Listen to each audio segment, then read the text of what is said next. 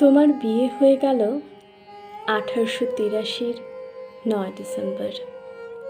আজ থেকে প্রায় 4 মাস আগে আমার প্রাণের ঠাকুরপো তোমার নতুন বউঠানের দিন ফুরালো। তার জীবনের শেষ দিন। আর তো সময় নেই আমার। মাথা ঘুরছে, চোখ বুজে আসছে, দৃষ্টি ক্রমেই ঝাপসা, আর বুকের ভেতরটা ঘামে ভিজে যাচ্ছে। হাত পা ঠান্ডা হয়ে এলো যে। আমি দরজা বন্ধ করে দিয়েছি। আমি টেবিলের উপর সাজিয়ে রেখেছি আমার সেলাইয়ের বাক্সটি। আমি জানলার পাশের ফুল গাছটিতে শেষবারের মতো জল দিয়েছি। আমি আমার নাম লেখা হাত পাখাখানি ওটা রেখে গেলাম বালিশের ওপর। গল্পের বইখানা যেটি পড়ছিলাম কদিন ধরে, শেষ করতে পারলাম না। মাঝের পাতায় একটি ফুলের কাঁটা গুজে রাখলাম। ওখানেই থামতে হলো যে।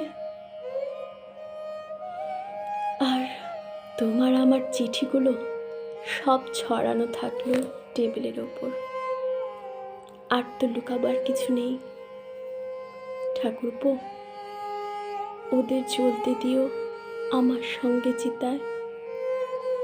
কোনো প্রমাণ রেখো না ঠাকুরপো, কোনো প্রমাণ রেখো না আমাদের সম্পর্কের। ঠাকুরপো, আর প্রায় কিছুই দেখতে পাচ্ছি না।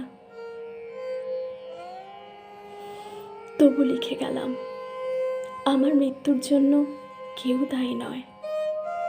দায়ী নন বাবা মশাই স্বয়ং দেবেন্দ্রনাথ ঠাকুর, যিনি জোর করে তোমার বিয়ে দিয়ে আমার কাছ থেকে তোমাকে কেড়ে নিলেন। দায়ী নন আমার মেজোজা জ্ঞানদান নন্দিনী, যিনি কোনো দিনই তোমার নতুন দাদার যোগ্য স্ত্রী আমাকে ভাবতে পারলেন না, দিলেন না এতটুকু সম্মান। দায়ী নন তোমার নতুন দাদা যতীন্দ্রনাথ, যার জোব্বার পকেটে আমি পেলাম এক বিখ্যাত নোটের প্রেমপত্র। সেই প্রেমপত্রের নিচে কোনো নামও ছিল না। ঠাকুরপো, তুমিও নও দায়ী। তোমার জীবনে শুরু হলো নতুন খেলা। জায়গা তো ছেড়ে দিতেই হবে পুরাতনকে।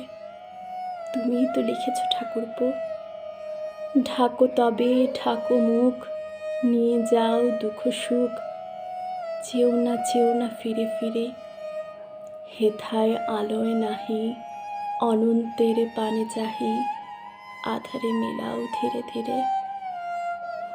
তাই হোক ঠাকুরপো, আধারেই মেলাইয়া যাব আমি, কিন্তু তুমি দায়ী নও কোনোভাবেই। ঠাকুরপো, আমার মৃত্যুর জন্য দায়ী আমার অক্ষম নির্বোধ নিয়তি। পাপ যাকে বিদ্ধ করে না, পুণ্য যাকে বদলাতে পারে না। আমাকে মনে রেখো রবি। এই কথাটুকু বলার স্পর্ধাও আমার নেই। আমার সব গেছে গো, সব গেছে।